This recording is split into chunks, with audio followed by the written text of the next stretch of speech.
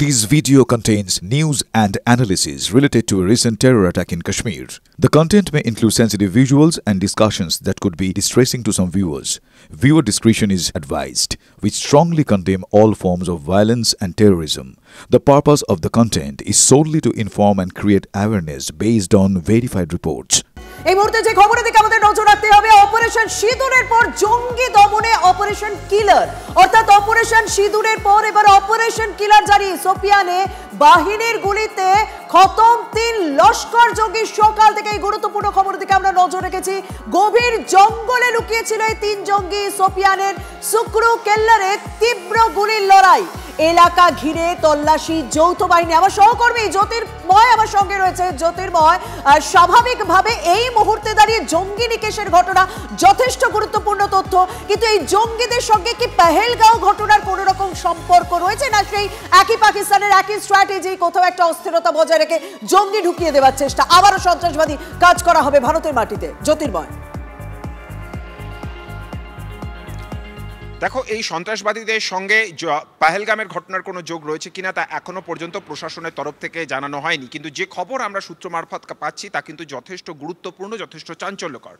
Operation সিঁদুর আপাতত স্থগিত করা হয়েছে এবং আপাতত সিজ ফায়ার করা হয়েছে, অর্থাৎ অস্ত্রবিরতি আপাতত ঘোষণা করা হয়েছে। কিন্তু দেশের অভ্যন্তরে ভারতীয় ভূখণ্ডের ওপরে যে জায়গাতে জঙ্গি কার্যকলাপ পাকিস্তানের তরফ থেকে চালানো হচ্ছে এবং যে সমস্ত জঙ্গিরা এই জায়গাতে অ্যাক্টিভ, অর্থাৎ আমি এই সাউথ কাশ্মীরে দাঁড়িয়ে রয়েছে, যে জায়গাতে জঙ্গি কার্যকলাপ শুধু নয়, OGW অর্থাৎ যারা ওভারগ্রাউন্ড ওয়ার্কার তাদের অ্যাক্টিভিটি সব থেকে বেশি এবং এই জায়গাতেই কিন্তু সব থেকে বেশি সেনা মোতায়েন রয়েছে।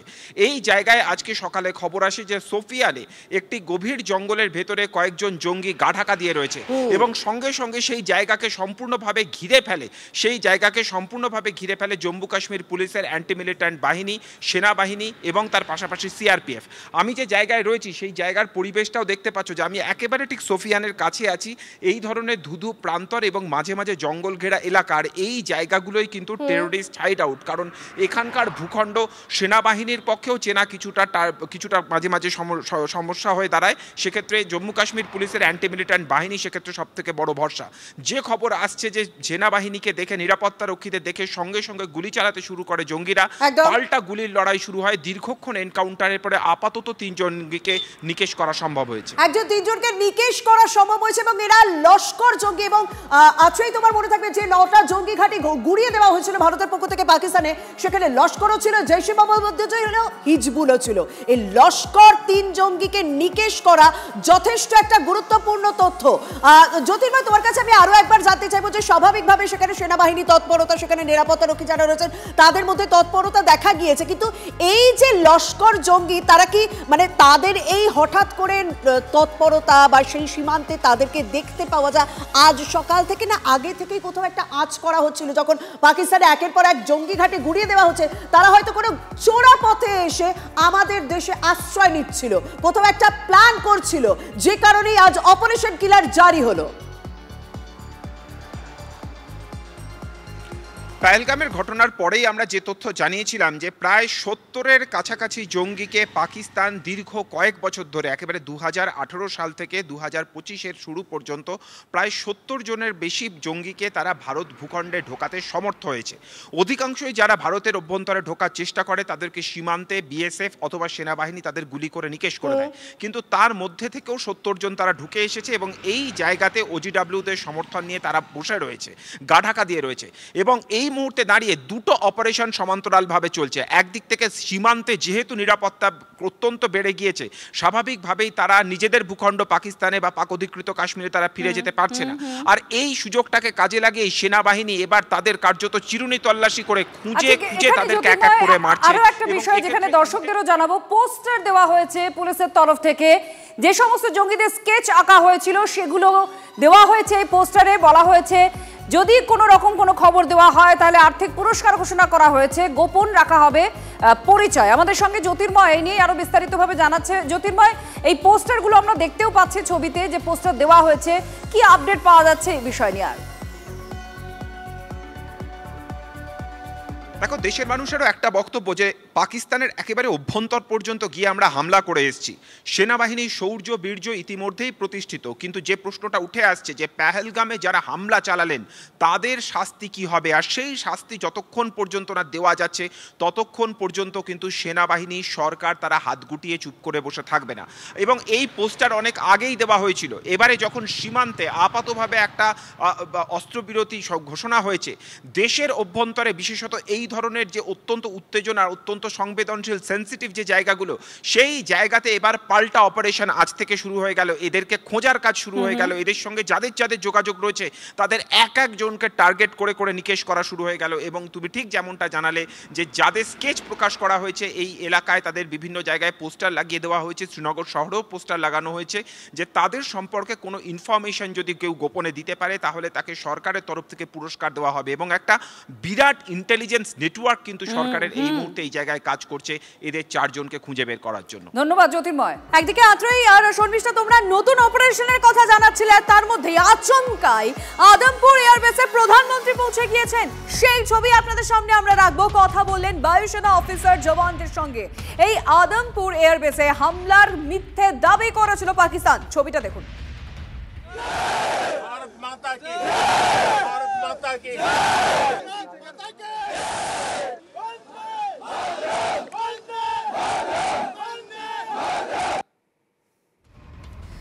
ছবিটা তো আপনাদেরকে দেখালাম, কিন্তু কথা হবে আমাদের রিপোর্টার সায়ন্ত ভট্টাচার্যের সঙ্গে। সায়ন্ত, হঠাৎ করে প্রধানমন্ত্রীর এয়ারবেসে পৌঁছে যাওয়া, যে এয়ারবেস নিয়ে পাকিস্তান একের পর এক মিথ্যে দাবি করে আসছিল, ঠিক সেই জায়গায় পৌঁছে গিয়েছেন প্রধানমন্ত্রী। হঠাৎ করে তার এই পৌঁছে যাওয়া, কি বার্তা যাচ্ছে?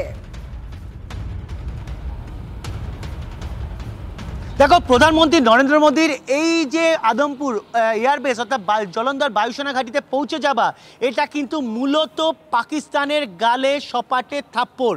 কারণ পাকিস্তান যেভাবে একের পর এক ভুয়ো ছবি দিয়ে সে দেশের বাসিন্দাদের কাছে এবং বিশ্বমঞ্চের কাছে একটা ভুয়ো তথ্য তুলে দেওয়ার চেষ্টা করেছিল যে জলন্ধর এয়ারবেস তারা তছনছ করে দিয়েছে, তার প্রত্যাঘাত, এই প্রত্যাঘাত মিসাইল বা ড্রোনের মাধ্যমে নয়, এই প্রত্যাঘাত হচ্ছে প্রধানমন্ত্রী নরেন্দ্র মোদী জলন্ধর এয়ারবেসে পৌঁছে যেখানে হামলা হয়েছে, যেখানে পাকিস্তান দাবি করেছিল যে সেটা সম্পূর্ণ তছনছ করে দিয়েছে, সেই জায়গায় পৌঁছে বায়ুসেনা আধিকারিক এবং সেনা জওয়ানদের সঙ্গে কথা বললেন। এবং রানওয়ে ধ্বংস করে দেওয়া হয়েছে বলে দাবি করেছিল পাকিস্তান, সেখানেও আশেপাশে তিনি ঘুরে দেখলেন এবং কোনো সামান্যতম ক্ষতি করতে পারেনি এই জলন্ধর এয়ারবেসে পাকিস্তান। স্বাভাবিকভাবে এই যে ছবিটা ধরা পড়লো, এইটা কিন্তু প্রধানমন্ত্রী শুধু বিশ্বমঞ্চের কাছে পাকিস্তান যে যথেষ্ট মিথ্যেবাদী সেটা যেমন প্রমাণ করলেন, তেমনই পাকিস্তানের যাবতীয় তথ্যকে আরও ভুয়ো সেটা যেন বিশ্বমঞ্চের কাছে তুলেও ধরলেন। প্রধানমন্ত্রী কিন্তু আজকে যে গিয়েছেন, আচমকা চলে গেলেন, সেখানে গিয়ে কিন্তু সেখানকার সেনা জওয়ান, সেখানকার বায়ুসেনা আধিকারিকদের সঙ্গে কথা বললেন। একই সঙ্গে জলন্ধর ক্যান্টনমেন্ট অর্থাৎ স্থলসেনার যে ক্যান্টনমেন্ট সেটা পাশে রয়েছে, সেখানকার আর্মি আধিকারিকদের সঙ্গে কথা বললেন। গোটা জলন্ধরে সামান্যতম ক্ষতি করতে পারেনি যে পাকিস্তান, সেটা কিন্তু তিনি প্রতি ছত্রে ছত্রে প্রমাণ করলেন। একটা কড়া জবাব বলে এটাকে, এটা একটা কড়া জবাব পাকিস্তানকে দেওয়া হলো। প্রধানমন্ত্রী নরেন্দ্র মোদী আদমপুর এয়ারবেসে পৌঁছে গিয়ে সেই জবাবটা দিয়েছিলেন, কিন্তু আজ পৌঁছানোর পর সেখানে সেনাদের রিয়াকশনটা দেখবেন না? চলুন আরো একবার দেখি।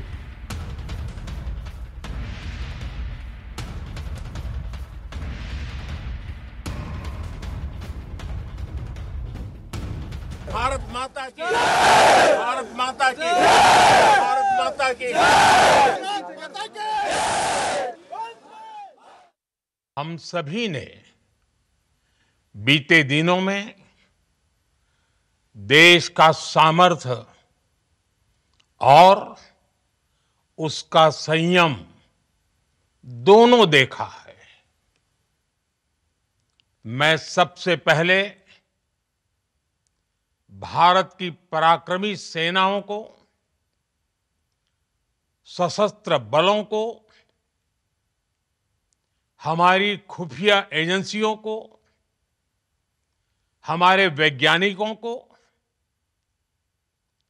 हर भारतवासी की तरफ से सैल्यूट करता हूं। তার মানে একটা বিষয় পরিষ্কার যে পাকিস্তানের মতো সোশ্যাল নেটওয়ার্কিং সাইটের ছবিতে আমরা ভরসা রাখি না। আমাদের দেশের প্রধানমন্ত্রী সেই জায়গাতে পৌঁছে গিয়েছিলেন যে জায়গা নিয়ে বারবার চর্চা হয়েছে, যে জায়গাকে ধ্বংস করেছে বলে পাকিস্তান দাবি করেছে, সেই জায়গাতে কিছু বিন্দুমাত্র ক্ষতি হয়নি সেটা ছবিতেই পরিষ্কার। এদিকে অপারেশন সিঁদুর নিয়ে প্রতিরক্ষা মন্ত্রী রাজনাথ সিং এর সঙ্গে বৈঠকে প্রধানমন্ত্রী সীমান্তের পরিস্থিতি নিয়ে সেখানে তাকে অবহিত করা হয়। এনএসএ উপস্থিত ছিলেন, অজিত দোভাল উপস্থিত ছিলেন। পরবর্তী রণকৌশল নিয়ে তিন বাহিনী প্রধানের সঙ্গে প্রতিরক্ষা মন্ত্রীর কথা হয়েছে বলে খবর সূত্রে আমার সঙ্গে রয়েছেন আমার সহকর্মী তন্ময় প্রামাণিক। তন্ময়, একটা বিষয় পরিষ্কার, ভারতীয় সেনা সেটা পরিষ্কার করে দিয়েছিল, সমস্ত অপারেশনের জন্য আমরা সদা প্রস্তুত আমাদের দেশের রাষ্ট্রনায়করা, কারণ একের পর এক উচ্চ পর্যায়ের বৈঠক কিন্তু এখনো হচ্ছে। দেখো, একটা বিষয়, গত 3 দিন ধরে তুমি যদি ঘটনাক্রম দেখো তাহলে কিন্তু একদিকে বলা হচ্ছিল অপারেশন সিন্দুর জারি রয়েছে, গতকাল প্রধানমন্ত্রী জানালেন আপাতত স্থগিত, কিন্তু বাহিনী যেখানে যেখানে রয়েছে সেখানে বাহিনী একভাবেই রয়ে গিয়েছে, কোথাও বাহিনী প্রত্যাহার করা হয়নি বা প্রত্যাহারের মতো কোনো পরিস্থিতি তৈরি হয়নি। আজকে সকাল থেকে যদি তুমি ঘটনাক্রম দেখো, একেবারে এয়ারবেস যেখানে বারবার পাকিস্তান দাবি করছিল যে তারা সেই এয়ারবেস নষ্ট করে দিয়েছে, সেখানে দেশের প্রধানমন্ত্রীর একেবারে হাজির হওয়া, এয়ারবেসে হেঁটে তিনি যাচ্ছেন, সেখানে বায়ুসেনা আধিকারিক এবং বায়ুসেনাদের সঙ্গে কথা বলছেন। পাশে যেটা সায়ন্ত বলছিল যে জলন্ধর ক্যান্টনমেন্টের আধিকারিকদের সঙ্গে কথা, দিল্লিতে ফিরে আসা, সেখানে জয়শঙ্করের সঙ্গে কথা বিদেশমন্ত্রী, তারপরে কথা হচ্ছে তার কার না জাতীয় নিরাপত্তা উপদেষ্টা অজিত দোভালের সঙ্গে প্রধানমন্ত্রী বৈঠক করছে। অন্যদিকে বৈঠক করছেন কে? প্রতিরক্ষা মন্ত্রী 3 সেনাপ্রধানের সঙ্গে বৈঠক করছেন। তারপর ডিটেলসে কথা হচ্ছে। তুমি ঘটনাগুলোকে যদি পর্যায়ক্রমে মেলাও তাহলে বুঝতে পারবে কোথাও কি একটা বড় সড়ো কোনো প্রস্তুতি চলছে। অর্থাৎ যে কথাটা তিনি গতকালকে বলেছিলেন 3-4টি পয়েন্টস, যে আমরা কোনোভাবে কোনো কিছু রেয়াত করব না, তাতে নিউক্লিয়ার কি হোক, তাতে ব্যবসা বাণিজ্য কি হোক, যে কোনো বিষয় নিয়ে, সেখানে আজকে সকাল থেকে যে ঘটনাক্রম, যেভাবে প্রধানমন্ত্রীর এয়ারবেসে পৌঁছে যাওয়া, সেখান থেকে ফিরে আসা, পরপর বাহিনীর প্রধানরা বৈঠক করছেন, সবটা মিলিয়ে কিন্তু বলা চলে কোনো বড়সড় ইঙ্গিত লুকিয়ে থাকতে পারে এখানে। ভারত কতটা কঠোর এবং অনমনীয় মনোভাব নিচ্ছে আজকে সকাল থেকে ঘটনাক্রম তারই কিন্তু প্রমাণ দিচ্ছে। একদম, আপাতত তোমাকে ধন্যবাদ। অর্থাৎ প্রত্যেকে সদা প্রস্তুত এবং অপারেশন সিঁদুর স্থগিত রয়েছে, কিন্তু যে কোনো মুহূর্তে যে কোনো পরিস্থিতি তৈরি হলে ভারতীয় সেনাবাহিনী প্রস্তুত। এবং এই ইতিমধ্যেই যা খবর পাওয়া যাচ্ছে, একের পর এক উচ্চ পর্যায়ের বৈঠক চলছে, সেক্ষেত্রে অনেকে মনে করছেন তাহলে কি পরবর্তী কোনো পরিকল্পনা আগে থেকেই ছকে নেওয়া হচ্ছে। অনেক ধন্যবাদ তন্ময়। আর এখানে খুব গুরুত্বপূর্ণ হয়ে ওঠে কূটনৈতিক পদক্ষেপগুলো। গতকালই প্রধানমন্ত্রী জাতির উদ্দেশ্যে ভাষণে পরিষ্কার বলে দিয়েছেন জল আর রক্ত এক হাতে বইতে পারে না, বইবেন না পাকিস্তানে। আর সেই জন্য কূটনৈতিক যে পদক্ষেপ করা হয়েছে সেগুলো আর তুলে নেওয়া হবে না। বাণিজ্য বন্ধ করা হচ্ছে, সিন্ধু যে জল চুক্তি সেটা নিয়ে যা পদক্ষেপ করা হয়েছিল সেটাই থাকছে। সন্ত্রাস আর আলোচনা, বাণিজ্য একসঙ্গে চলতে পারে না, এটা গতকালই প্রধানমন্ত্রী সাফ জানিয়ে দিয়েছেন। पाकिस्तानी फौज, पाकिस्तान की सरकार जिस तरह आतंकवाद को खाद पानी दे रहे हैं, वो एक दिन पाकिस्तान को ही समाप्त कर देगा। पाकिस्तान को अगर बचना है तो उसे अपने टेरर इंफ्रास्ट्रक्चर का सफाया करना ही होगा। इसके अलावा शांति का कोई रास्ता नहीं है। भारत का मत एकदम स्पष्ट है। टेरर और टॉक एक साथ नहीं हो सकते। टेरर और ट्रेड एक साथ नहीं चल सकते, और पानी और खून भी एक साथ नहीं बह सकता। আর ঠিক এই প্রেক্ষাপটেই পাকিস্তানের ভার্সন আপনাদের শোনাবো। বড় বড় বুলি পাকিস্তানের বিদেশ মন্ত্রী ইশাক দারের গলায়। তিনি বলছেন সিন্ধু জলচুক্তি ভাঙলে তা যুদ্ধের শামিল হবে।